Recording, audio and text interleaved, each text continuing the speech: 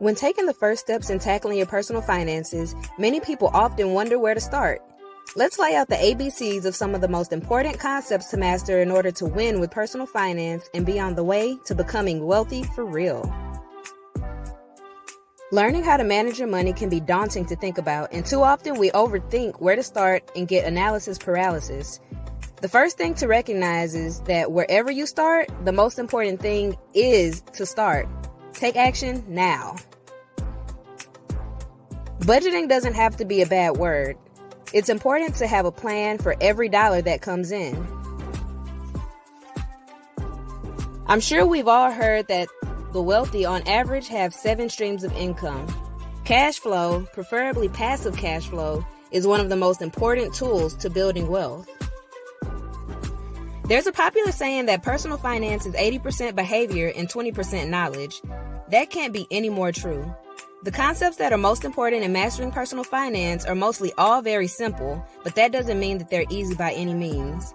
The most difficult part about getting your finances under control and beginning to build wealth is setting aside the things that you enjoy in the moment that have been setting you back financially and replacing those actions with ones that will help you reach your financial goals in the future. Everything is a trade-off, and you need to decide what's most important to you. Why stop now with the common personal finance buzz phrases? Have you heard the one that says that about 40% of Americans would not be able to cover a $400 emergency expense? Studies also find that over 60% of Americans are living paycheck to paycheck. One of the first things to achieve when starting your personal finance journey is to build up an emergency fund of at least 6 months of your expenses. There may be a need to make it more depending on your income and occupation. It's important to realize that the goal of earning money isn't just to become rich and buying expensive things.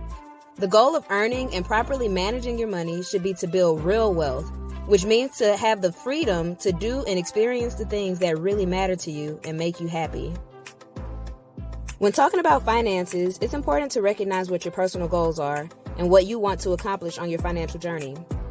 Whether you're wanting to pay off your debt as soon as possible, thinking about being able to provide for your future family 5 years down the line, or hoping to be able to live luxuriously in your retirement years, you must know the why behind wanting to get your finances under control and create a plan to achieve those goals.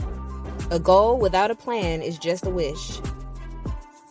Housing is an expense that has a huge effect on just about everyone's budget.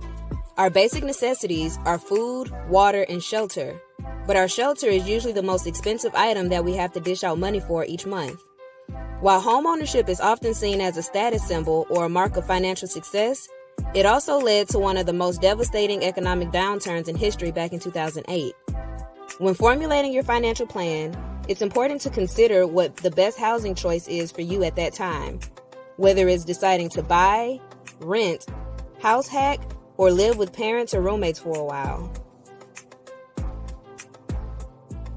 Another commonly used phrase in the personal finance world is spend less than you earn and invest the difference. But invest in what? There are countless things available for you to put your excess money into to make it grow. Stocks, bonds, real estate, businesses. But the most important thing to invest in is yourself.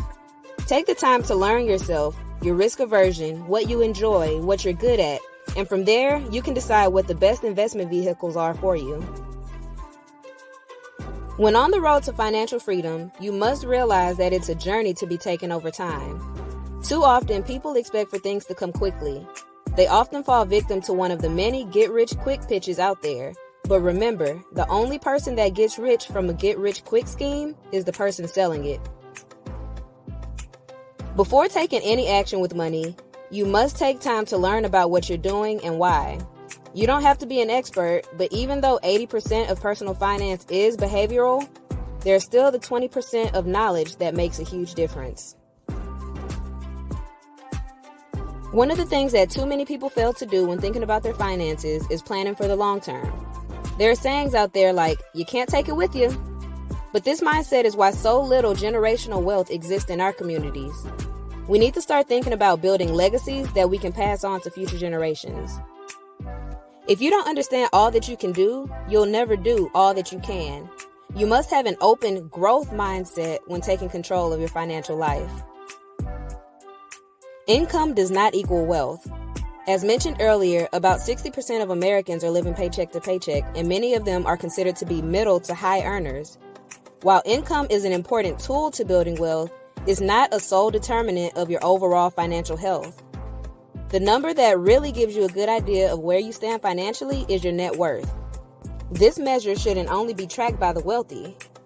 Whether you have a positive or a negative net worth gives you a clearer picture of where you are financially and can help you map out the road that will lead to your success on your financial journey. Speaking of net worth, that number grows the more assets you own. These assets could include a home, business, car, etc. This can also be interpreted as debt payoff.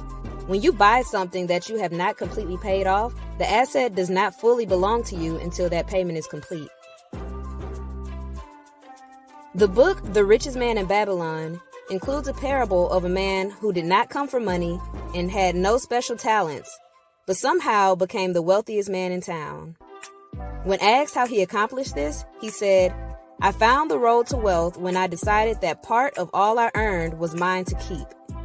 When you create a monthly budget, always be sure to pay yourself first, because a portion of all you earn is yours to keep as well.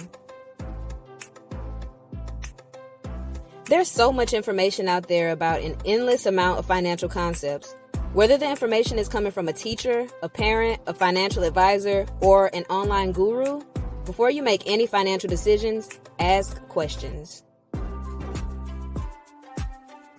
It's never too early or too late to start planning for retirement. You need to put money away now so that you're able to have a comfortable living when you're no longer able to or want to work for money. One of the main reasons financial stability is important is to provide security for yourself and for your family. Financial security comes in the form of an emergency fund, retirement savings, and sufficient insurance. In order to create a financial plan to get where you want to go, you must know where you are now, and that includes knowing every penny that's coming into your pockets, every penny that's leaving your pockets, and where that money is coming from and going. Financial concepts can be confusing. Before committing to going all in, be sure to take the time out to understand these concepts, at least at a basic level. Never put all your eggs in one basket. That applies to many things, but especially in finance. Always have some kind of variation when it comes to your finances. This includes having multiple sources of income and diversification when it comes to investments. Faith without works is dead, and anything worth having is worth working for. You can't be upset with the results that you get from the work that you don't do, so stay consistent and don't stop working toward your goals.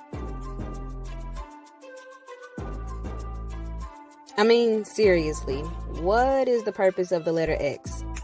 But for the sake of completing the alphabet, when planning your financial prosperity, it's important to be tenacious about what you're working towards. As with any journey, we often need to take a pit stop to assess progress and fill up the proverbial tank. Each year, take time to look over where you started, how far you've come, and how much longer until you get to reaching your destination. Take this time to redefine your goals, check your credit reports, and calculate your net worth. Be zealous when in pursuit of your financial goals. Becoming financially free is an exciting prospect, so treat each step to reaching it as a privilege.